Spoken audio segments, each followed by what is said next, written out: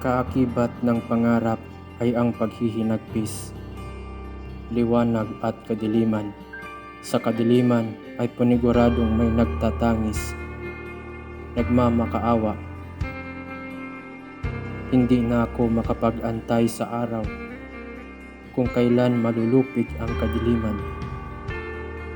Kaya sa aking mga kalaban, no limitangere, ako si Jose, at ito ang kwento ng aking inang bayan.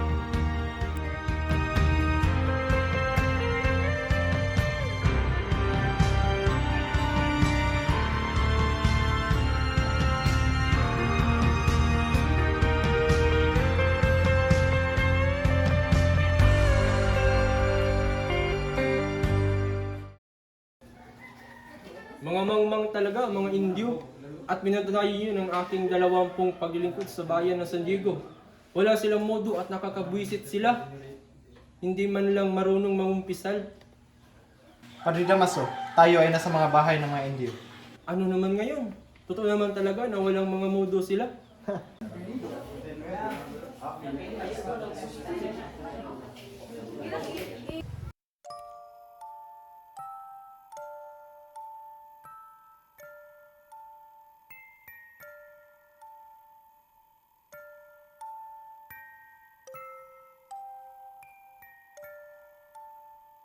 Bienvenido de nuevo a la Pilipinas, Don Crisóstomo. Gracias, ¿cómo estás, Kapitan Tiago? Talagang pinaganda nyo talaga ang aking pagbabalik. Por supuesto, 7 taon kang nawala sa Pilipinas. Alam kong nasasabik mong tikman ang ating mga putahe ng ating bayan. Halika't pakilala kita sa aking mga bisita.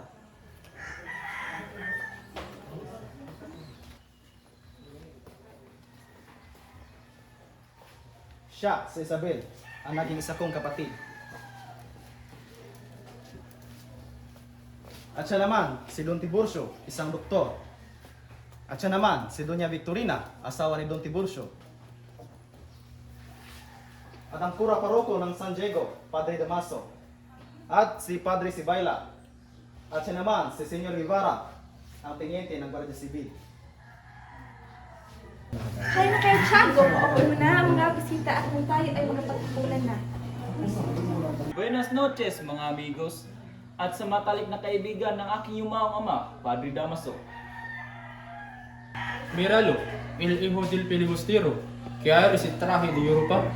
Ikaw na pala, ang anak ng nasirang si Rafael Di Mara. Nais ko lamang itaman sa iyo na kailanman hindi ko naging matalik na kaibigan ang iyong ama. Kumusta naman ang pag-aaral mo sa Europa, Don Crisóstomo? Okay lang naman po, Kapitan Tiago. Di lamang aking mga sinsya akong natutunan, pati na rin ang mga pamumuhay ng mga tao na nakasasalubong ako. Padre Damaso, dito ka na maupo.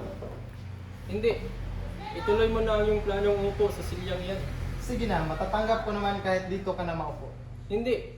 Ikaw ang nararapat, kaya ikaw umupo dyan. Ikaw ang mas malapit sa pamilya Santiago. Sige na, maupo ka na at huwag ka nang mahiya. Pero ikaw ang padre sa lugar na ito. Ay, umalis ka na nga lang at ako na lang yung uupo.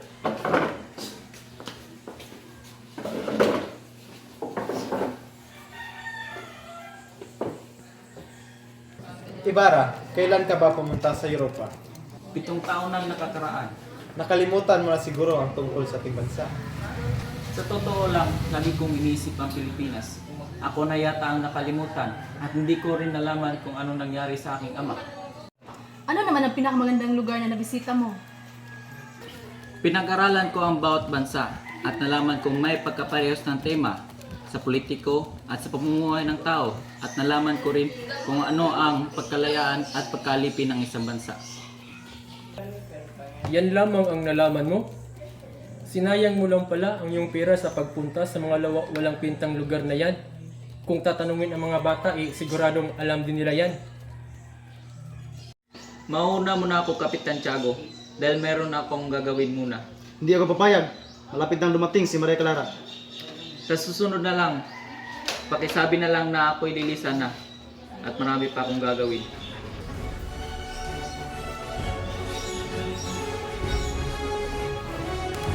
Nakita niyo ba yun?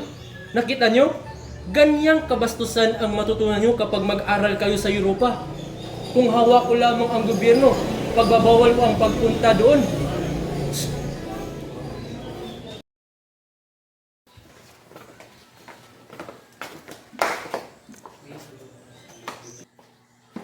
Ay, ano ba? Ganyan ba ang tamang pagtrato sa isang mistisa? Bulag ka ba?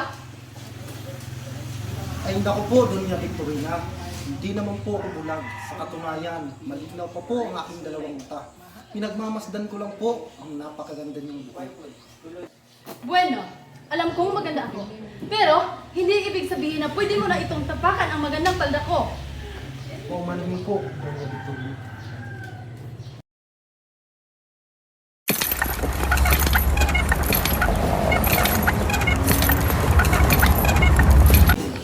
Ay, itong taon akong nawala. Wala man lang nagbago dito. Nakakalungkot naman.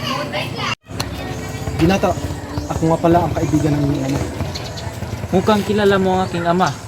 Pwede ko bang itanong kung anong nangyari sa kanya? Hindi mo ba alam? Alam mo naman siguro kung saan siya namatay, di ba? Sinong namatay? Di ba lang naman sabi sa iyo na ang inyong ama ang namatay sa bilangguan? Bakit siya namatay sa bilangguan? Kahit marangal lang inyong ama, nagkaroon din siya ng maraming mga kaaway. Merong isang alteryeno na umahabol sa mga batang nangasar sa kanya. Maya-maya'y namatay ang artilyeno at natawag ng inyong ama. Nabilanggo siya dahil sa kanyang mga kaaway at doon na siya namatay. Bakit ngayon ko lang ito nalaman? Ikiramay ako sa iyo, Crisos Tumibawa.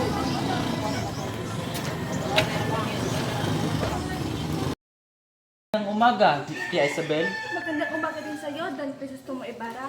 Ngunit bakit ka na parito sa aming bahay? Nais ko lang bisitahin si Maria Clara. Anding? Anding? Galing pa si Maria Clara, maaari mo siyang tawagin at sabihin na nandito ang kanyang nobyo na si Don Crisostomo Ibarra. Masusunod po, Doña Isabel. Maraming salamat. Binibini! Binibini, Maria Clara! Narito na ang iyong nobyo. Narito na si Don Crisostomo Ibarra. Si Ibarra? Nasaan si Ibarra, Andeng? Nasaan si Ibarra? Maria Clara! Akala ko ay nakalimutan mo na ako. Ang dami pa namang babae doon sa Europa. Kailan ba hindi kita ipagpapalit, Maria Clara? Ikaw lamang aking ibigin hanggang sa huling hininga.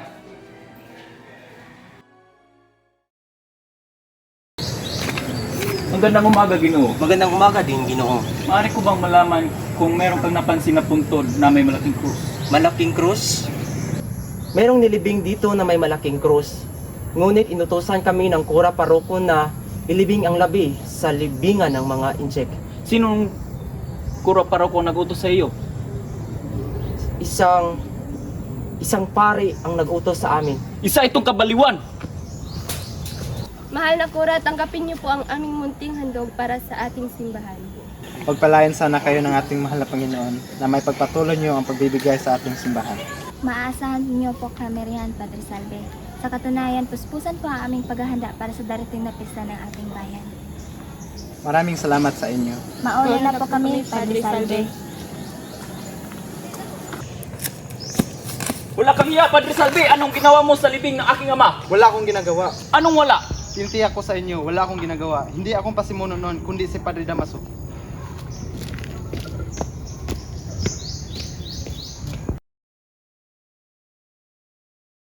Likas na malikot ang iyong kamay tulad ng isang Indio. Wag! Walang kasalanan ng kapatid ko!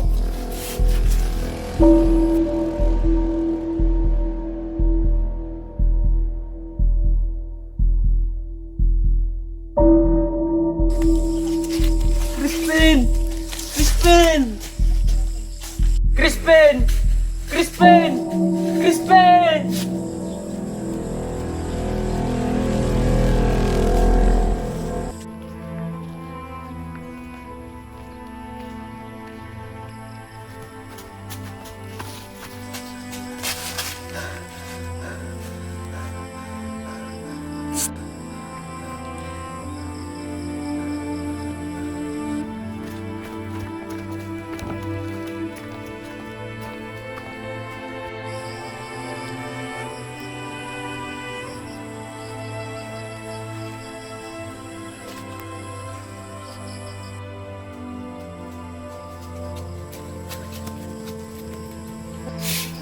Inay! Inay! Inay! Anong nangyari? Anong nangyari? Nasaan si Crispin? Yung kapatid mo! Si Crispin po, Inay! Naiwan sa kumbento! Hayaan mo anak, bukas na bukas pupunta ako sa kurang para palayain ang iyong kapatid. Tapos po siya nagbabintang ang magnanakaw. Magnanakaw! Mabait si Crispin! Porket mahirap tayo, tayo na pagbibibintangan! Inay, paano kaya kung hihingi tayo ng tulong sa anak ni Dong Rafael? Ayaw ko na maging sakristan. Tutulungan ko na lang kayo ni Crispin. Aaon din tayo sa hirap, Inay. Oo anak, oo anak.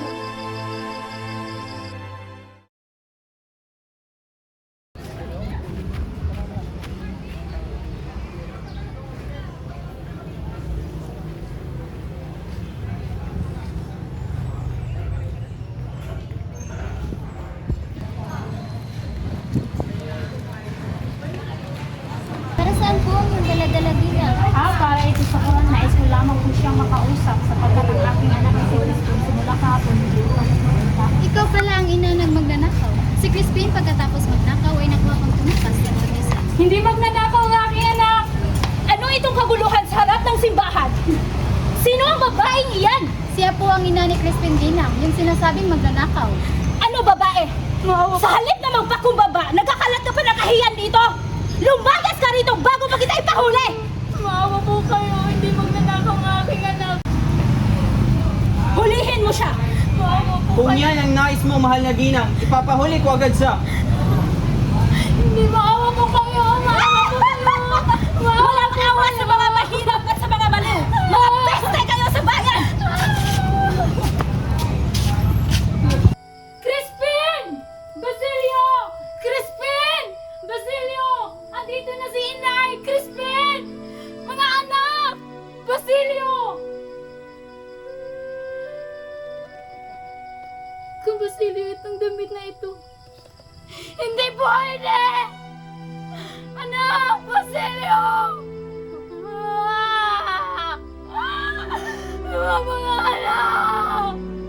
Kung Basilio! Basilio!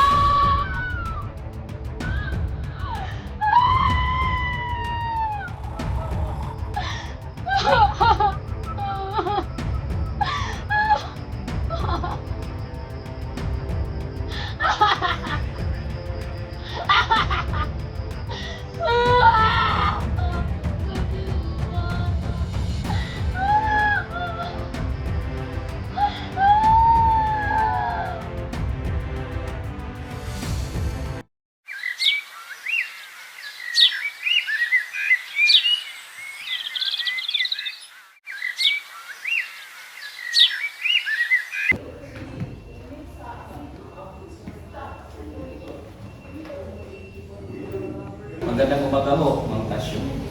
Naupo ka muna.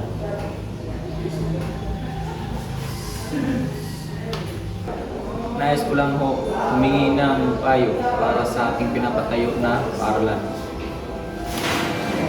Hindi mo ito maunawaan sa iyo. Ngunit sa susunod na sabilahi ay maunawaan nila ito.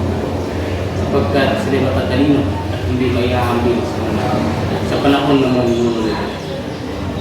Ang maipayo ko lang sa iyo ngayon ay pagkatutukan mo muna ang mga ulo ng mga nagkakatapiya.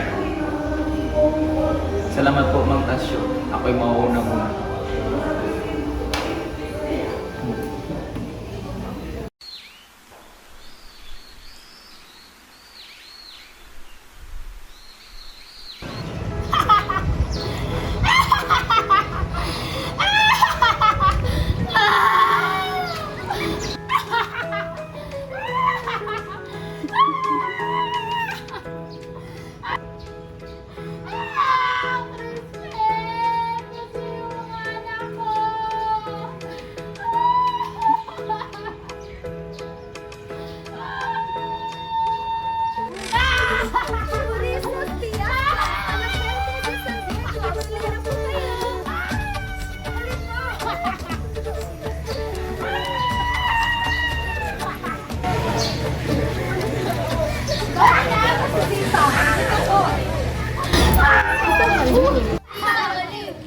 Lockpin, Sisa! Bitawan niyo ako!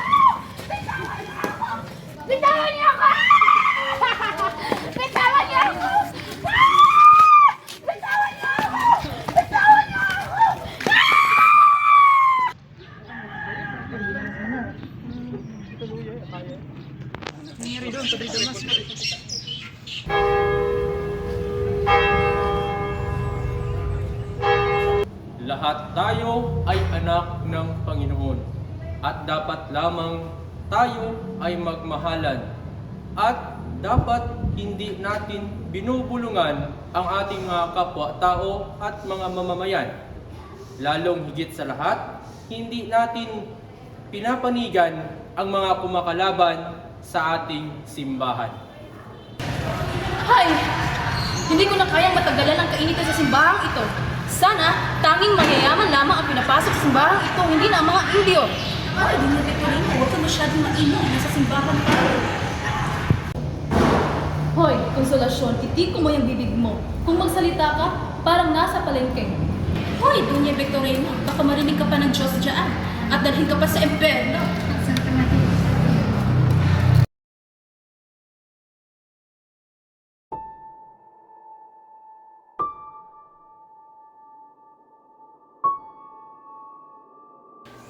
Magandang umaga, Padre Damaso. Mababa ka ba?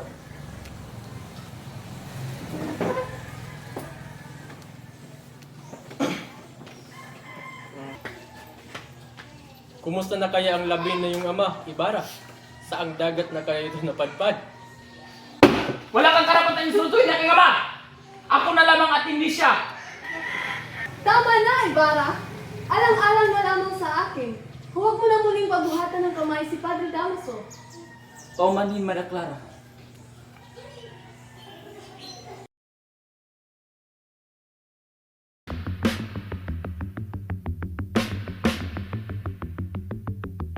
Magandang umaga, Don Crisostomo Ibarra. Maaari ka bang sumama sa amin?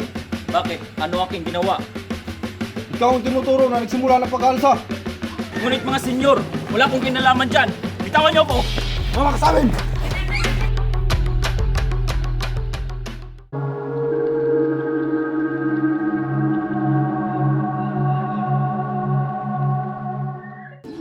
Alam niyo ba na si Maria Clara ang pinakamagandang binibini at nagtataglay ng ubod ng kabaitan dito sa bayan ng San Diego?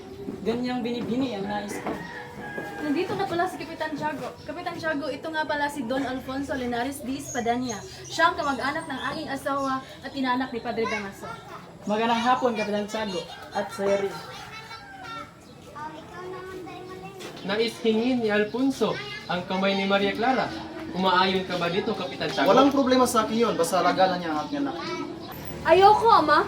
Labis akong tumututol. Si Crisostomo Ibarra lamang ang aking mahal. At hihintayin ko siya kahit anong mangyari.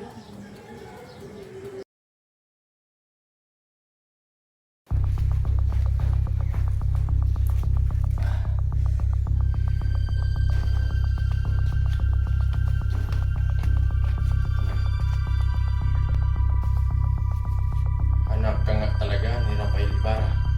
Pareho nagmamataas. Kaya walang duda na pareho kayo ng sinapit. Hindi na ako makapaghintay na makita ang iyong bangkay na palutang-lutang sa dagat. Gaya ng sinapit na iyong ama. Huwag na huwag mong hamakin ang aking ama. Dahil kung titimbangin man kayo mga praile, mas masahol pa kayo sa madyablo.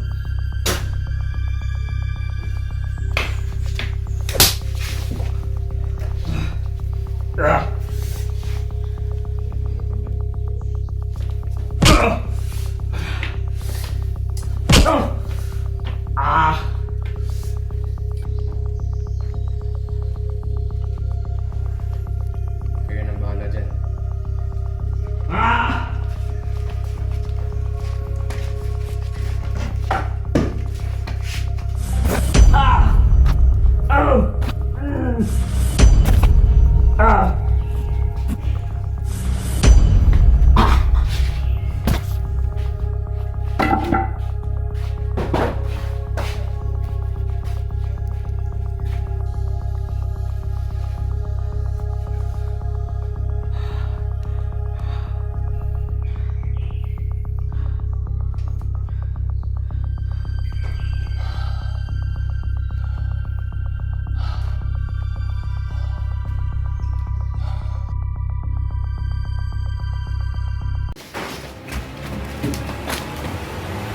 Ginoong Crisostomo Ibarra, gumising ka! Ikaw, natatandaan kita. Oo, ako nga. Ako nga, si Elias. Anong ginagawa mo dito? Ililigtas kita.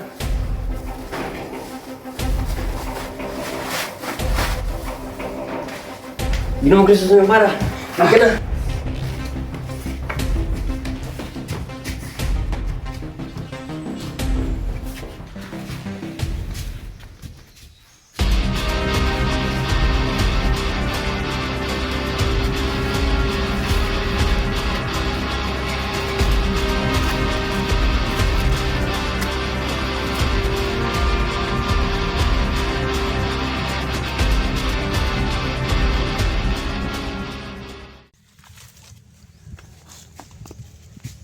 Maria!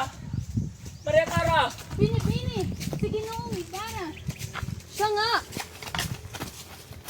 Ibarra, paano ka nakatakas? Tinulungan ako ni Elias na makatakas. Kamusta ka, mahal ko? Ayaw kong ikasal kay Alfonso, ngunit mapilit si Ama. Ikaw lang ang gusto kong pakasalan, Ibarra. Hindi ako Hihintayin papayag. kita. Hindi ako papayag na ikasal ka sa iba, Maria Clara. Tatapusin ko lamang itong gulong to. At pangako, babalikan kita.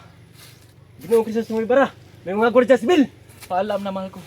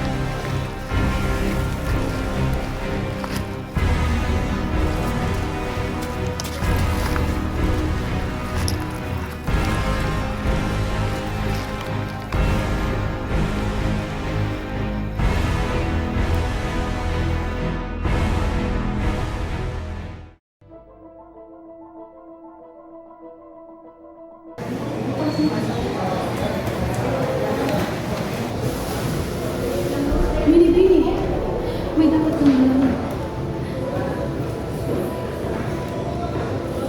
Hindi! Hindi maaari! Hindi papatay si Ibarra. Sabi niya, babalikan niya ako. Babalikan niya ako. Ano mangyayari? Sabi niya, si Ibarra.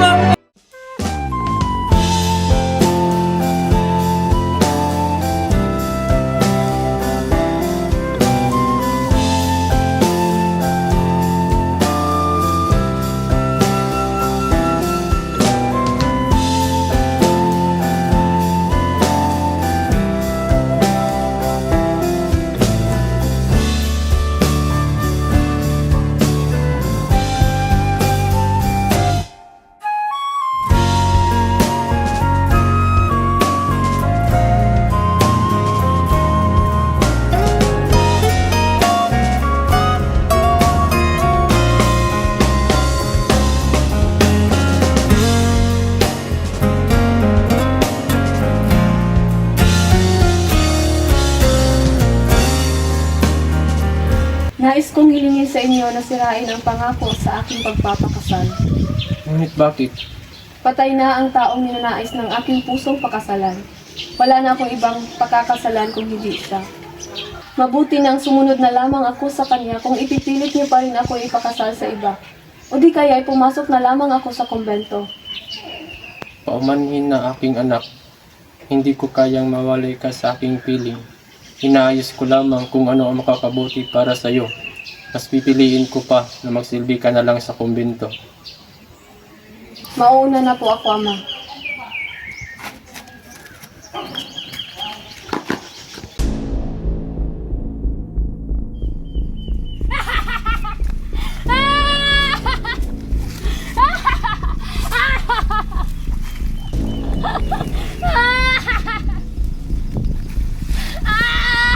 Tumayo ka at tumarap!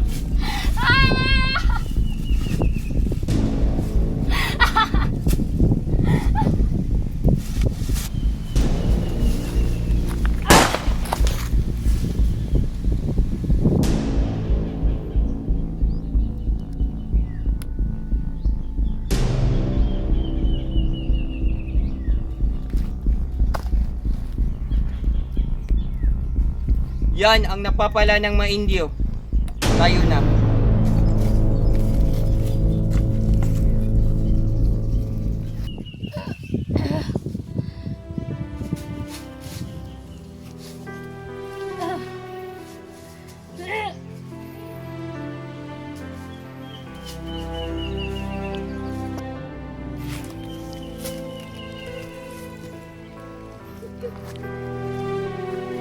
Crispin! Basilio! Mga anak ko! Crispin! Basilio!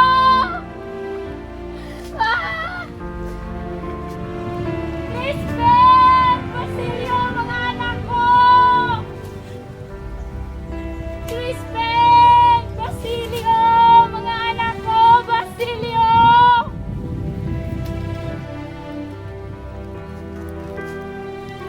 Inay! Inay! Inay!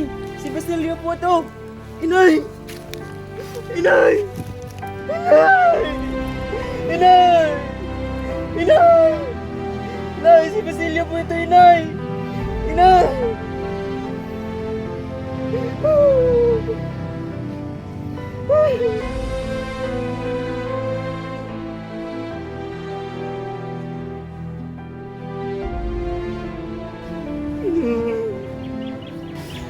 Silyo, ikaw ba yan? Inay! Sino ang taong iyan? Siya po ang aking inay. Sugatan ako. Hindi pagtatagal, mabawian na rin ako ng aking buhay. Maghanap ka ng kahoy at itabon mo sa aming dalawa ng iyong ina. Pagkaraay, sunugin mo kaming dalawa. Hukayin mo ang gintong aking ibinaon. Ariin mo yun at gamitin sa iyong pag-aaral. Dahil naniwala ako, ang kabataan ang pag-asa ng bayan. Mamamatay akong hindi man lang masilayan ang bukang liwayway ng aking bansang minamahal. Kayong mapapalad na nakakakita, salubungin niyo siya at huwag kailanman lilimutin ang nabuwal sa dilim ng dilim.